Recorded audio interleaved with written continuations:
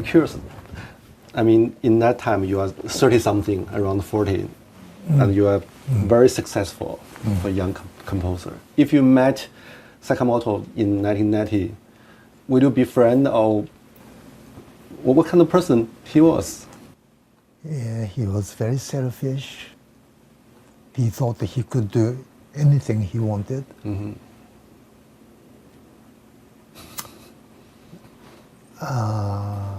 He just paid attention on himself. We cannot be friends. I hate him. But do you think he was genius? When he was teenager, yeah, he was good. But after he got a little bit of success, he became so arrogant. When did you first taste the success? You feel, I got fame, I got recognized. When did you first strong impression? Well, it was a big change.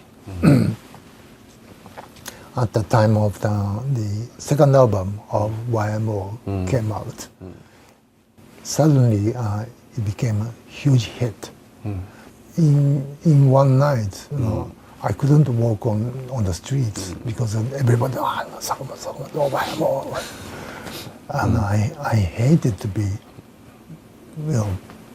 called on the streets because I wanted to be anonymous. Maybe it was my influence from my father. Well, he was a cultural man, serious book editor. Also, he was from Kyushu, which is southern island, where the society is still, in a way, very conservative. Bit of samurai. So, seeking fame is anti-samurai. Samurai is anonymous. I couldn't accept that change for 10 months. I was almost like a hikikomori, means only being inside, didn't go out at all. Then after that, I was getting used to it. So that's bad. I enjoy it. Probably. I enjoyed it. How it happened? We means the YMO, Yale Magic Orchestra, were sort of the first music band which went abroad from Japan to the West in the late 70s. I didn't need to be responsible, but somehow I felt some sort of responsibility to be the head, the tendency or trend, because around that time also the Japanese products like TVs and cars and also the Japanese fashion started being exported from Japan, and that was the start of a Japanese economy rising. Japan's number one at the time. Yeah, in the 80s. So we were kind of ahead of that decades movement, economic movements. And I hated to be responsible for the Japanese culture. I hated to be a representative. But somehow, I felt that was my role, our role. In your memoir, you mentioned when you went to UK in '79, it reminded me like society in London. So what's the feeling? At that time. I felt I shared the very weird and depressed feeling that society was staying in London for almost two years. He hated London. I remember. Yes, he was kind of appointed as a representative of Japan, country Japan, which was rising at the time, after Meiji Restoration. Yeah. So he had a huge responsibility on his shoulders. At the same time, he strongly believed in his independent thought. That's double bind. Influenced him so heavily. Now, what kind of person you are, and what's the strong belief of yourself? I'm too complicated. I cannot define myself. Someone should. Maybe you should.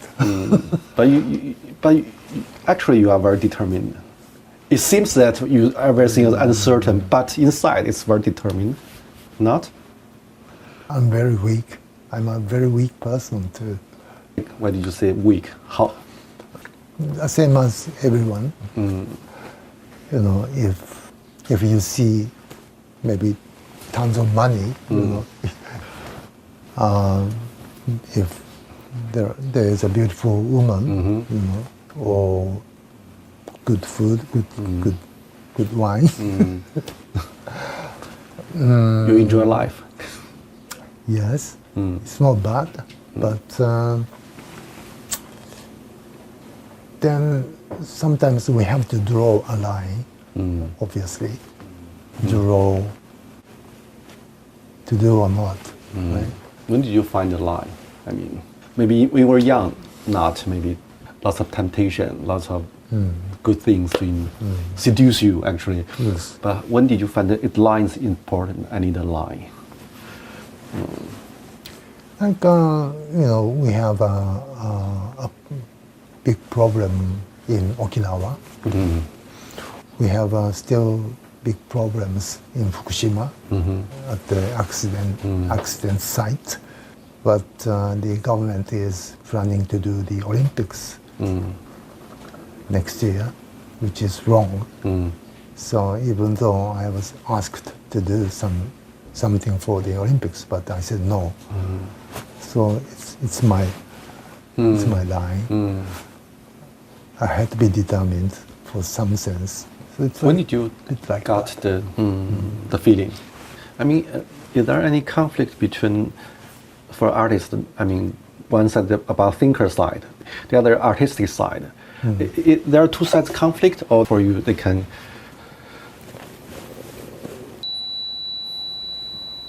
Very good. Very cheap. Yesterday I come from San Francisco. Wow. I met John Chen. John Chen, She wants to say hello to you. the actress. Yeah. Oh, Yeah. she lives in San Francisco. Yeah, San Francisco I didn't and know. Shanghai, between two In cities. Shanghai, Yeah. awesome. We also talk about 1987. You live in Forbidden City. Any memory about that time? Very vivid. Yeah. I feel very lucky to get to know the Chinese society around that time, because now it's totally different. I mean, not totally, but on the surface, the China looks very different from the one I knew in the 80s. It looked to me kind of a black and white society, but I felt very good energy of the Chinese people. Like I was not allowed, but I visited people's department stores or shops, restaurants, because I looked like a Chinese, so I was okay. There was only one disco in Beijing. Only foreigners were allowed to go in. The people are not allowed to go in there. Yeah. For you at that time, what's the sound of Beijing? I mean, the color is black, white, Black and white, and yes. red. What's the sound of the city?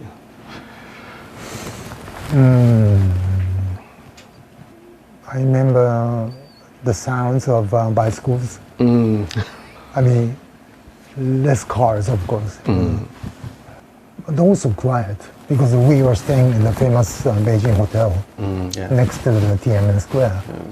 The streets are so huge, and so in the evening it's so quiet.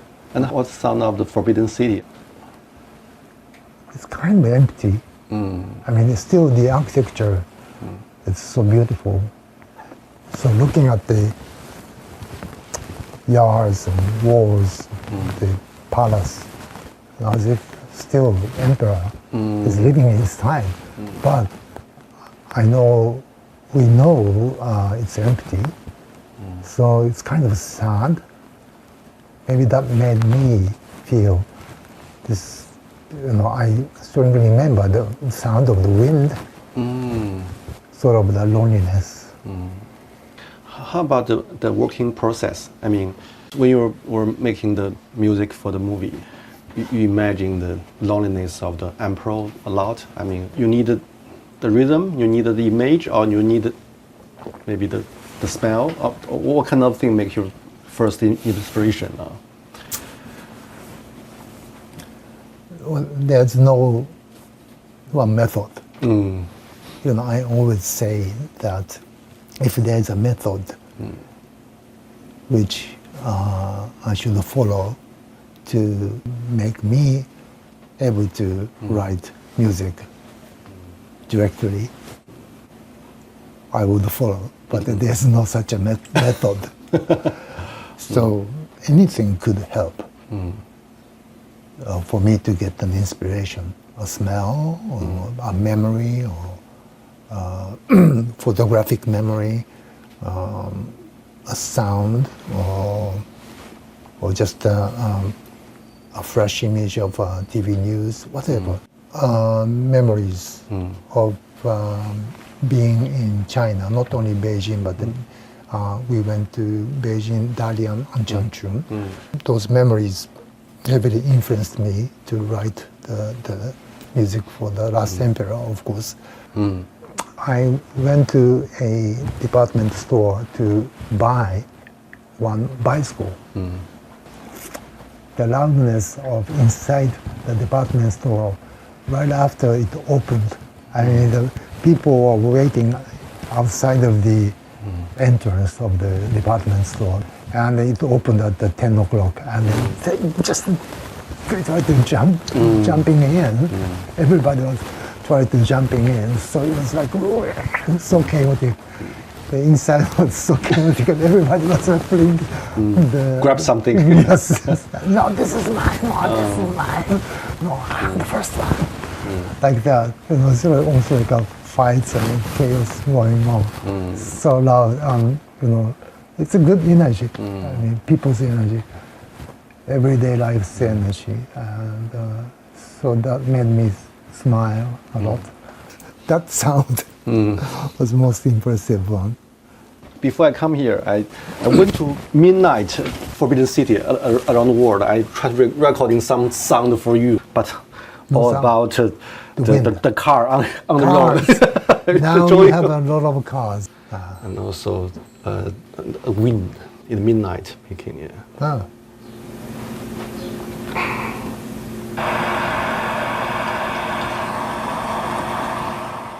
The leaves. Yeah. Nice. Also the lovers. The lover talking about the flower. It's nice. Yeah. On the street. On the street, near the river. Near the river. Near the river. Yeah.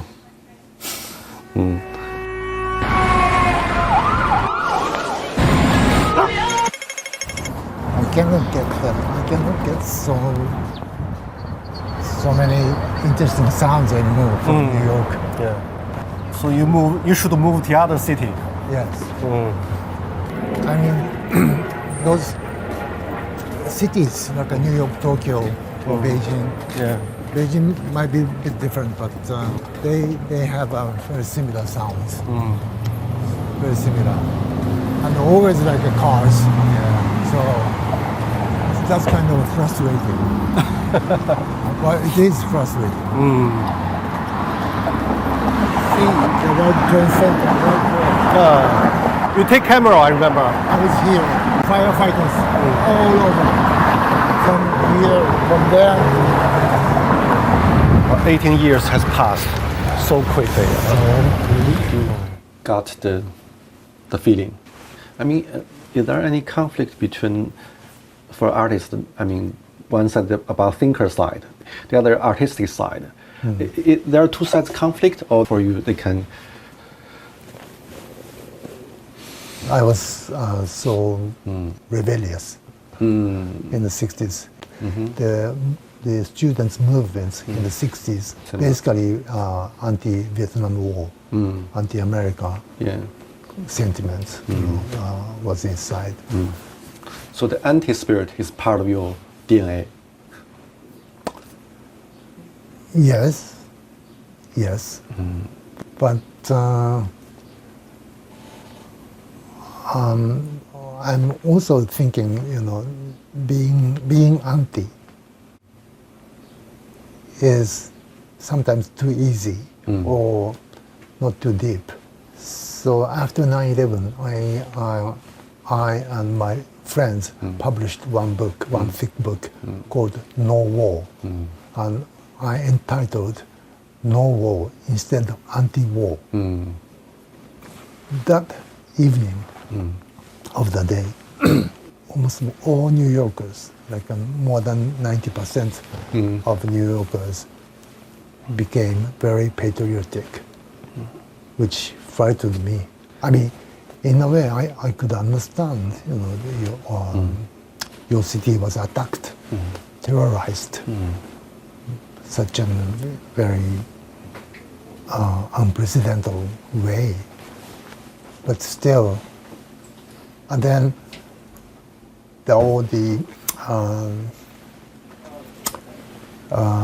sentiment right after 9/11 became so aggressive, and so all the newspapers, the local newspapers, had the catch copies like "Make Afghanistan Ice Age" or something like that. I don't like that. So anti-war is like protest, means it's heavily magnetized to your subject. Instead, we have to be away from that conflict. Means no war. But sometimes in human society, sometimes evil is inevitable. You must do something hard or bad. Yes. So for you, how to deal with the complicated situation, the inevitable part? I don't have a right answer. I don't want to fight with anybody because I don't want to be hurt. I don't want to be killed by anybody. Or I don't want any of my families killed by anybody. That's why I don't want to kill or hurt anybody. If I don't want death, I should do the same thing to others. That's my basic philosophy. It's very simple. But sometimes, like Chinese old tales like Sangoku, some unknown tribe would attack one day just without speaking and started killing your village. So how can you protect yourself and your family or your village without swords? I don't have the answer. Should I take a sword? Should I be killed without acting violence? I don't know. Now, for yourself, how should an artist respond to the, social illness or political crime or this kind of big things? What's the connection between artistic responsibility and the social responsibility for yourself? We cannot do anything. But in modern society, modern era, like today, it's hard to imagine a unknown tribe would attack you all of a sudden, and all almost the whole world is heavily connected economically and technologically, culturally. That culture and artists can do a lot to seek. Maybe the final goal is to look for the deepest meaning of our presence, Homo sapiens. For you now, what's the deepest meaning for human being of human society? Well, I'm very pessimistic about human tribe. I think it's like a cancer. Homo sapiens is like a cancer for the nature. Homo sapiens probably is the only species in the history of Earth, this planet, to destroy the natural environment and killing other species without knowing, without recognition by ourselves. We are doing that. We are acting that. The pessimistic mood it make your, action thoughts more urgent, more sense of urgency, or feel more powerless. Maybe the trend is like that. I can't do too much. If I follow the attitude of Lao Tzu, like a Chinese philosopher like Lao Tzu, or maybe I should accept everything. That's kind of a Taoistic way. Accept and smile and accept whatever happens. But I have a family. I have kids. I love people. I love my friends, and especially the young guys. How has the big problem, the sense of urgency and the pessimistic future shape your musical creation, shape your artistic pursuit? I don't think there's a very direct connection between my music and those feelings. But of course, I'm a same person who makes music and thinks about those problems. So something is strongly connected inside me. But in a way, music is very abstract. I don't think music is a tool which conveys my messages. My message is like a tiny island. Just a tiny bit, or not even an island, just a leaf. Music is much broad to me, like ocean.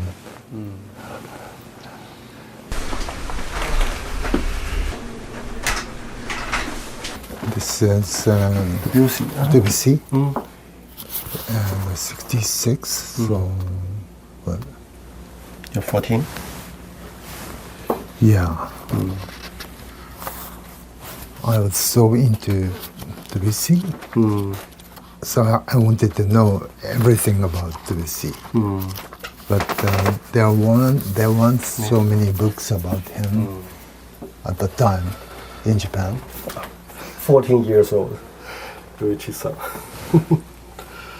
when you see it, could you memory? 14 years old Sakamoto. What does he look like?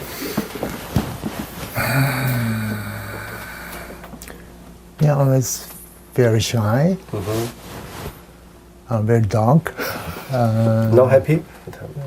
No, I was happy, but I didn't want to talk with friends so much. I came back home after school and played the turntables with the records like this.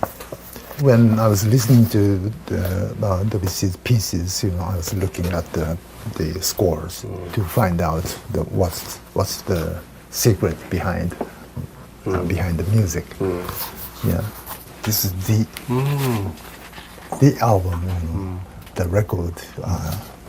It shocked me because I had a huge shock the very first moment. Like, wow. Can we play? We can play. Good.